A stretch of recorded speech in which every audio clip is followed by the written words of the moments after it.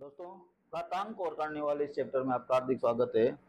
दोस्तों, जैसा कि आप सब जानते हैं, इस चैप्टर से railway, SSC, bank and other competitive exams में बहुत ज़्यादा मात्रा में क्वेश्चन पूछे जाते हैं।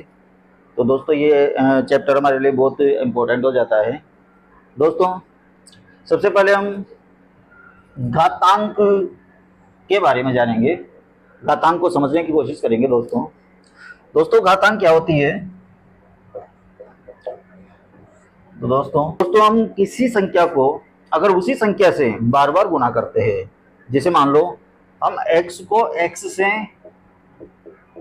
कई बार गुणा करते हैं, मान लो n बार तक गुणा करते हैं दोस्तों, n बार तक गुणा करते हैं दोस्तों। तो ऐसी स्थिति में इस x को हम कहते हैं आधार, x को हम क्या कहते हैं दोस्तों? आधार। और n को कहते हैं दोस्तों घात। और इसको लिखते कैसे है दोस्तों? इसको लिखते x की पावर n।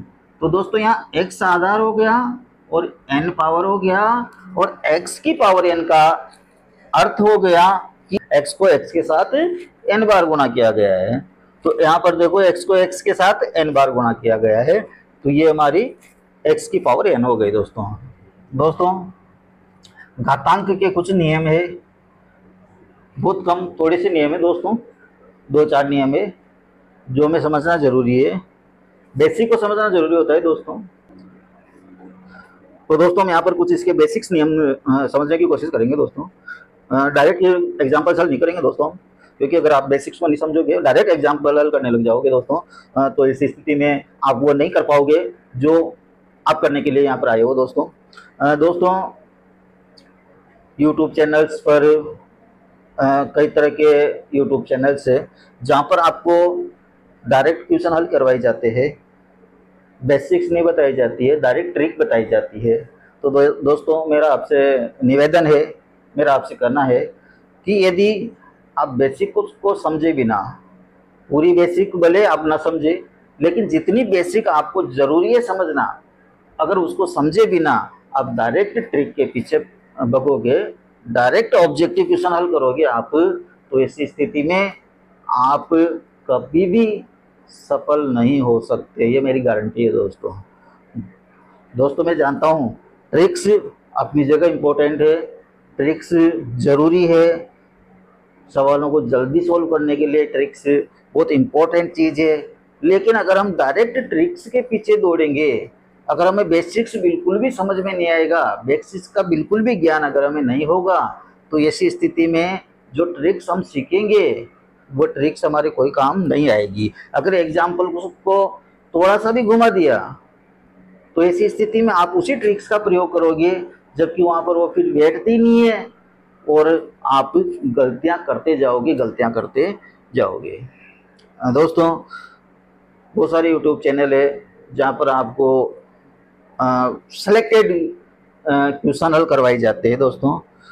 प्रत्येक चैप्टर में से कुछ एग्जाम्पल सेलेक्ट कर लिए जाते हैं और उन्हीं को हल करवाया जाता है। उनको देखकर आपको लगता है कि मैथ्स बहुत सिंपल है, बहुत अच्छे से आपको समझ में भी आ जाते हैं दोस्तों, लेकिन सच्चाई ये नहीं है दोस्तों। एग्जाम में जब आप बैठते हो, जब आप कंपटीशन में बैठते हो, तब आपको पता चलता है कि वो जो सेलेक्टेड क्वेश्चन थे उनमें से कितने क्वेश्चन आए और कितने क्वेश्चन है जो उनके बाहर से आए हैं। तो दोस्तों हमें ज़्यादा भ्रमित नहीं होना है। हमारे यूट्यूब चैनल पढ़ाई पोर्टल पर दोस्तों बेसिक्स के साथ साथ ट्रिक्स भी समझाई जाएगी दोस्तों, ट्रिक्स को भी समझाया जाएगा दोस्तों, रटवाया नहीं जाएगा। और साथ ही साथ एक और बात मैं आपसे कहना चाहता हूँ दोस्तों, अगर आप टुकड़े टुकड़े गैंग के चक्कर में पड़ गए, टुकड़े टुकड़े गैंग से मतलब है दोस्तों, एक चैप्टर में थोड़े से क्वेश्चन आपने सोल्व कर लिए, फिर उसके बाद डायरेक्ट तीसरा वाला चैप्टर सोल्व कर लिया, संख्या पद्धति सोल्व कर ली, उसके बाद सीधे लाभ हानि में चले गए, उसके बाद सीधे त्रिकोणमिति में चले गए, जहाँ से जो वीडियो मिला वहीं से उसको सुन लिया, उसको पढ़ लिया, उसको थोड़ा बहुत समझ लिया, तो ऐसे आपकी पार पड़ने वाली नहीं है दोस्तों। मैथ्स का खुद का एक चरित्र है। मैथ्स को अगर आप अच्छी तरह से समझना चाहते हो तो मैथ्स के जो बेसिक्स है, इंपॉर्टेंट बेसिक्स, उनको तो समझना पड़ेगा ही सही। साथ ही साथ मैथ्स के सारे चैप्टर एक दूसरे से जुड़े हुए हैं। अगर आप परसेंटेज पढ़े बिना डायरेक्ट लाभ हानि पढ़ोगे तो आपको कुछ एग्जाम्पल समझ में आ जाएंगे, लेकिन आप पूरी तरह से उसको अच्छी तरह से एक्सेप्ट नहीं कर पाओगे, समझ नहीं पाओगे। अगर एक्सेप्ट थोड़ा बहुत कर लिया, समझ लिया थोड़ा बहुत, तो वो ज़्यादा दिन तक आपके दिमाग में टिकेगी नहीं, आप भूल जाओगे। और ऐसा ही अधिकतर स्टूडेंट करते हैं और इसी भंवर जाल में वो फंसे रहते हैं। तो दोस्तों, मेरी आपसे गुजारिश है, कहीं पर भी पढ़ो, अगर आप इस प्रकार के कंटेंट पढ़ने के आदी हो गए हो, तो मेरी आपको सलाह है कि आप कोई ऑफलाइन कोचिंग ज्वाइन कर लो।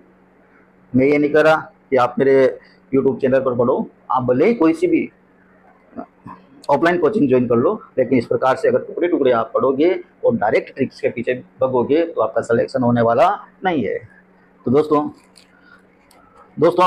हमारे चैनल पर आपको बेसिक से लेकर एडवांस तक, सिंपल से लेकर कठिन तक सब कुछ और पूरे चैप्टर क्रम वाइज करवाए जाएंगे।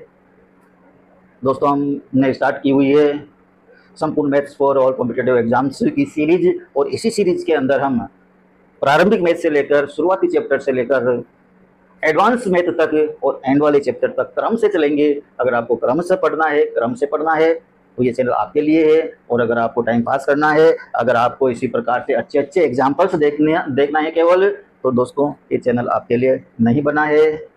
तो दोस्तों, बातें बहुत हो गई है, अपन सीधे अपने चैप्टर पर आते हैं। दोस्तों, घातांक के बारे में हमने जाना। दोस्तों, घातांक यानी किसी संख्या को अगर उसी संख्या से हम बार बार गुणा करते हैं, मान लो कोई संख्या x है, x को हम x के साथ n बार गुणा करते हैं, तो इसको लिखा जाएगा x की पावर n, जहाँ पर x आधार है और दोस्तों n घात है।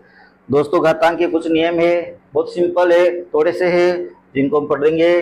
घातांक का जो पहला नियम है, यदि आधार समान है, आधार समान है, आधार समान है, तो पहला नियम, यदि हम संख्याओं को गुणा करते हैं, संख्याओं को दोस्तों क्या करते हैं, गुणा करते हैं, तो दोस्तों घातें जुड़ जाती है। सिंपल सी चीज है दोस्तों जो आपको याद रखनी है। यदि आधार समान है और संख्याओं को गुणा करते हैं तो घातें जुड़ जाती है। जैसे एग्जाम्पल के तौर पर हम ले रहे हैं x की पावर a इंटू एक्स की पावर b इंटू एक्स की पावर c। तो दोस्तों, जैसा कि हम देख रहे हैं, तीनों में आधार समान है, यहाँ भी x है, यहाँ भी x है, यहाँ भी x है, और अगर हम इस प्रकार से संख्याओं को गुणा कर रहे हैं तो दोस्तों घातें जुड़ जाएगी और इसको हम लिख देंगे x की power a plus B plus C, a plus B plus C. पहला नियम दोस्तों ये हो गया, यदि आधार समान है तो घातें जुड़ जाएगी। दोस्तों, दूसरा जो नियम है, यदि हम भाग दे रहे हैं, इसको थोड़ा सा ध्यान से समझना है दोस्तों, बहुत इंपॉर्टेंट है। यदि हम भाग दे रहे हैं तो घातें यहाँ पर जैसे गुणा कर रहे हैं तो घातें जुड़ जाती है, जबकि भाग दे रहे हैं तो घातें घट जाती है, यानी माइनस कर दी जाती है। ये कोई विशेष नियम नहीं है दोस्तों, नियम कोई दूसरा है, लेकिन इसी नियम को हम पढ़ते आ रहे हैं।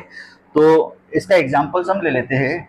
अगर भाग देते हैं तो घातें घट जाती है, यानी अगर यहाँ पर x की पावर a बटा x की पावर b है दोस्तों, यानी x की पावर a में x की पावर b का अगर हम भाग दे रहे हैं तो यहाँ पर घातें घट जाती है। इसका मतलब ये जो नीचे वाली संख्या ऊपर जाएगी, तो इसको हम ऐसे लिखेंगे x माइनस बी, घातें घट गई।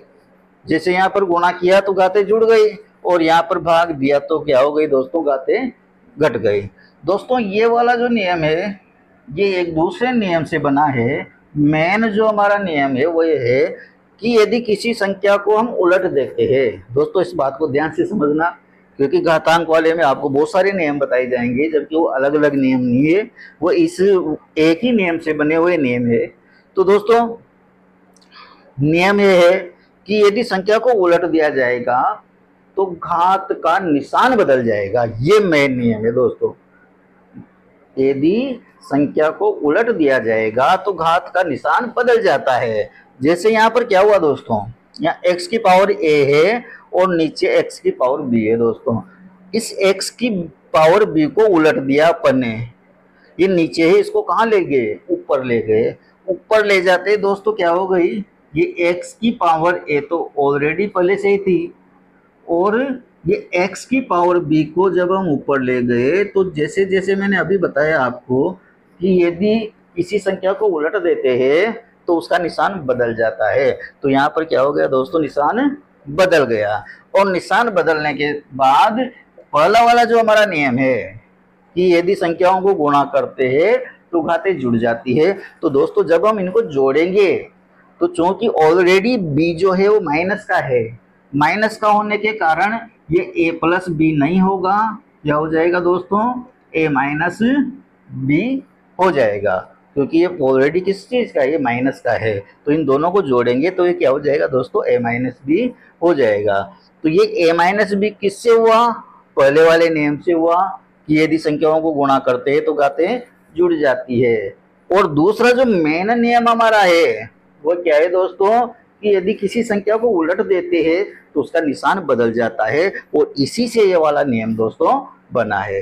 दोस्तों इसको हम ऐसे भी लिख सकते हैं, अगर मान लो हमने यहाँ पर इस संख्या को ना उलटकर ऊपर वाली संख्या को उलट दिया होता, अगर हमें कहीं जरूरत पड़ गई, जरूरी नहीं है कि हम नीचे वाली संख्या को ऊपर ले जाए, कई बार जरूरत पड़ जाती है, आगे एग्जाम्पल सॉल्व करेंगे हम तो वहां हमें जरूरत पड़ेगी, तो वहां हम ऊपर वाली संख्या को नीचे भी ला सकते हैं दोस्तों। तो जैसे मान लो अगर हम ऊपर वाली संख्या को नीचे लाते हैं तब भी हम यहाँ पर आराम से ला सकते हैं। ऊपर से नीचे लाएंगे तो ऊपर क्या बचा, कुछ भी नहीं बचा, कुछ भी नहीं बचा, यानी यहाँ पर क्या लिख देंगे अपन, 1 लिख देंगे, और बटे x की पावर b यहाँ ऑलरेडी है, और ये जब उलट जाएगी तो उलट जाएगी तो किस भी हो जाएगी दोस्तों, निशान बदल जाएगा। ये a जो प्लस का है वो किसका हो जाएगा, माइनस का हो जाएगा।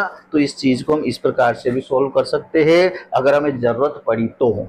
1 बटा एक्स की पावर b माइनस है, यानी x की पावर a बटे x की पावर b को हम x की पावर a माइनस b भी लिख सकते हैं, और 1 बटे x की पावर b माइनस a भी लिख सकते हैं। तो दोस्तों ये सब चीजें किससे हुई, उस नियम से जो हमसे कह रहा है कि यदि संख्या को उलट दे तो निशान बदल जाता है। तो ये जो अगला नियम है, जो मेन नियम है दोस्तों, वो है कि यदि संख्या को बदल दे, उलट दे, क्या कर दे दोस्तों, संख्या को उलट दे तो निशान बदल जाता है। तो इस चीज को हम इस प्रकार से लिखते हैं दोस्तों, अगर कहीं x की पावर माइनस a लिखा हुआ है और इसको प्लस में बदलना है अपने को, तो हम क्या करेंगे दोस्तों, x की पावर a कर देंगे, 1 बटे x की पावर a कर देंगे, क्योंकि हमारे पास नियम क्या है दोस्तों कि यदि संख्या को उलट देते हैं तो उसका निशान बदल जाता है। जब ये x की पावर माइनस a ऊपर थी तब इसका निशान था माइनस में, और हमने जब इसको उलट दिया तो इसका निशान किस में हो गया, प्लस में हो गया दोस्तों। तो x की पावर माइनस a को 1 बटा x की पावर a दोस्तों में लिख सकते हैं। इसी प्रकार से दोस्तों अगर कहीं पर लिखा हुआ है 1 बटा x की पावर माइनस a, तो इसको हम क्या कर लेंगे दोस्तों, जब उल्टेंगे तो ये क्या हो जाएगी दोस्तों, x की पावर a हो जाएगी दोस्तों। तो इस प्रकार से ये नियम आपको याद रखना है दोस्तों। नीचे वाली को ऊपर ले जाएंगे तो निशान बदल जाएगा, ऊपर वाली को नीचे लाएंगे तो निशान बदल जाएगा दोस्तों। निशान किसका बदलेगा, संख्या का नहीं बदलेगा, केवल पावर का बदलेगा। नेक्स्ट एग्जाम्पल दोस्तों, नेक्स्ट जो नियम है वह है x की पावर 0 इजिकल टू क्या होता है, कई बार काम आता है दोस्तों, और आपको पता भी होगा कि x की पावर 0 बराबर 1 होता है। लेकिन कई स्टूडेंट है जो ये सोचते रहते कि ये कैसे हो गया, x की पावर 0 है, इसका मान 1 कहाँ से आ गया, x की पावर 0 है, 0 आता जहाँ तक तो समझ में आती, लेकिन यहाँ पर 1 कहाँ से आ गया। तो दोस्तों ये जो 1 आया है वो भी इन्हीं नियमों में से आया है। हमें पता है दोस्तों, अगर हम x की पावर a बटे x की पावर a, x की पावर a बटे x की पावर a लिखते हैं, यानी x की पावर a में x की पावर a का भाग देते हैं, समान संख्या में समान संख्या का भाग देते हैं, तो क्या आता है दोस्तों, 1 आता है। जैसे 7 में 7 का भाग देंगे तो 1 आएगा, 8 में 8 का भाग देंगे तो 1 आएगा।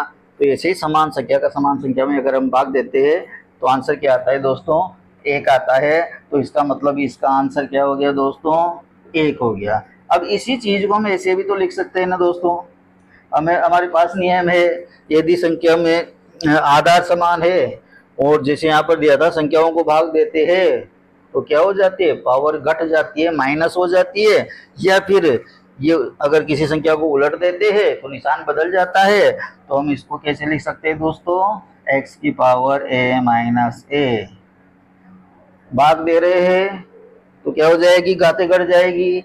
अब घाते घट जाएगी, यहाँ भी एक घात है, यहाँ भी एक घात है, तो यहाँ पर x की पावर a माइनस a बराबर क्या हुआ दोस्तों, x की पावर a माइनस a बराबर हो गया x की पावर 0, और x की पावर 0 का मान कितना आ गया दोस्तों, 1, क्योंकि x की पावर 0 कहाँ से आई दोस्तों, ये यहाँ से आए, x की पावर a बटे x की पावर a से आई। और हम पहले से जानते हैं कि यदि समान संख्या में उसी संख्या का भाग देंगे तो 1 ही आएगा, तो ये 1 ही आया, इसलिए यहाँ पर x की पावर 0 का मान क्या होता है दोस्तों, 1 होता है। नेक्स्ट जो रूल्स है दोस्तों,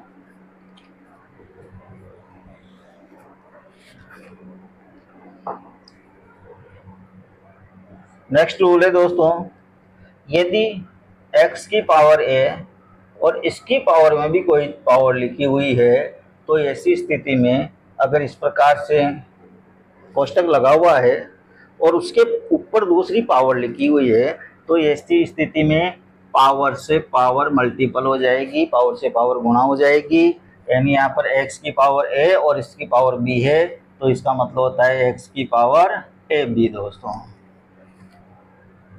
जैसे एग्जाम्पल के तौर पर, हाँ दोस्तों एक चीज और यहाँ पर आपको ध्यान रखनी है, कोष्टक होना जरूरी है। अगर यहाँ पर ये कोष्टक नहीं है और अगर इस प्रकार से लिखा हुआ है x की पावर a और इसकी पावर b तो इसका मतलब अलग होता है और इसका मतलब अलग होता है। इसको हम एक एग्जाम्पल से समझते हैं दोस्तों। जैसे मान लो दोस्तों यहाँ पर 2 की पावर 3 और इसकी पावर 2 लिखी हुई है, तो ये हमारा एग्जाम्पल हो गया, x की पावर a और ये b।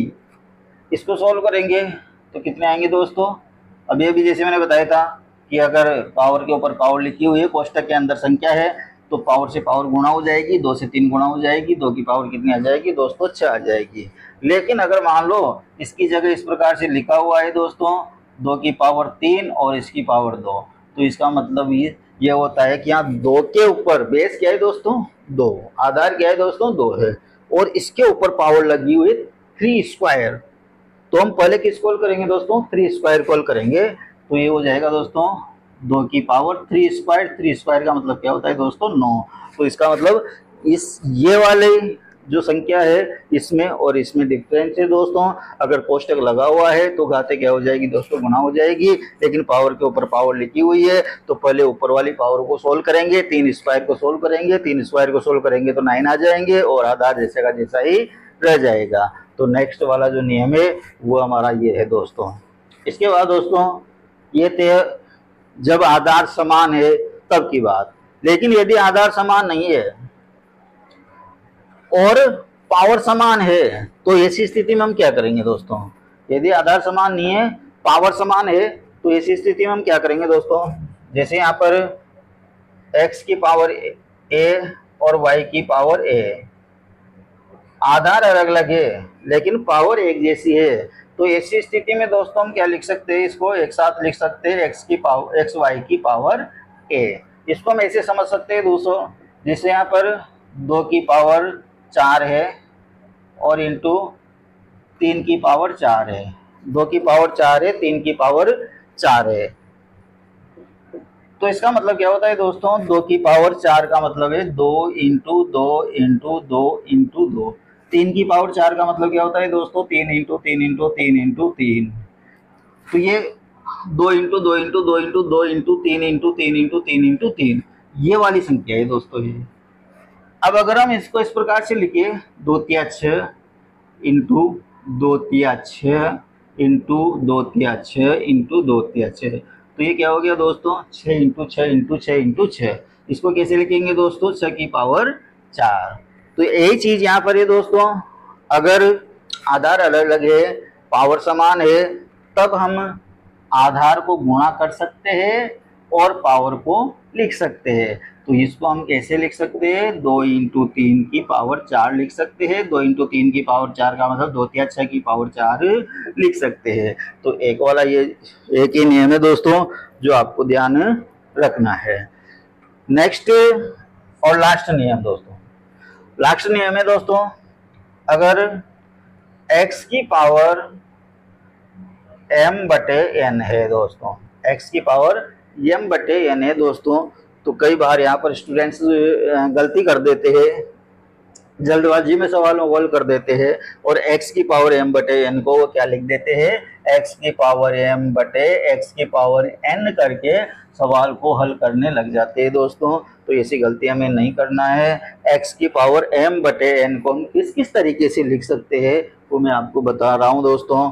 यहाँ पर x की पावर m और बटे में क्या है दोस्तों, n, तो इसको हम इस प्रकार से अलग अलग करके लिख सकते हैं, क्योंकि अभी हमने नियम पढ़ा था दोस्तों कि यदि कोष्टक के अंदर संख्या है, पावर के ऊपर पावर है, तो ऐसी स्थिति में दोनों पावर क्या हो जाती है, गुणा हो जाती है। तो m को 1 बटा n से गुणा करेंगे तो m बटे n आ गए दोस्तों। तो इसको हम इस प्रकार से लिख सकते हैं। आगे अगर हम इसको करने के रूप में लिखे दोस्तों, तो हम करने के रूप में कैसे लिखेंगे, x की पावर m और ये करनी और ये n को यहाँ पर लगा देंगे। ये करने वाले नियम हम और अच्छी तरह से पढ़ लेंगे दोस्तों। तो ये कि लास्ट नियम था दोस्तों जो आपको ध्यान रखना है। बस इतने से घातांक के नियम है, अगर ये आपने अच्छी तरह से ध्यान में रख लिए, अच्छी तरह से इनको समझ लिया, तो आगे हम जब एग्जाम्पल सॉल्व करेंगे तो बिल्कुल आराम से, बिल्कुल आसानी से एग्जाम्पल्स सॉल्व कर पाएंगे दोस्तों। घातांक के नियम के बाद अब हम करनी के कुछ नियम पढ़ेंगे दोस्तों। करनी क्या होती है इसके बारे में थोड़ा सा हमें जानना है और साथ ही करनी के कुछ नियम हमें देखने हैं।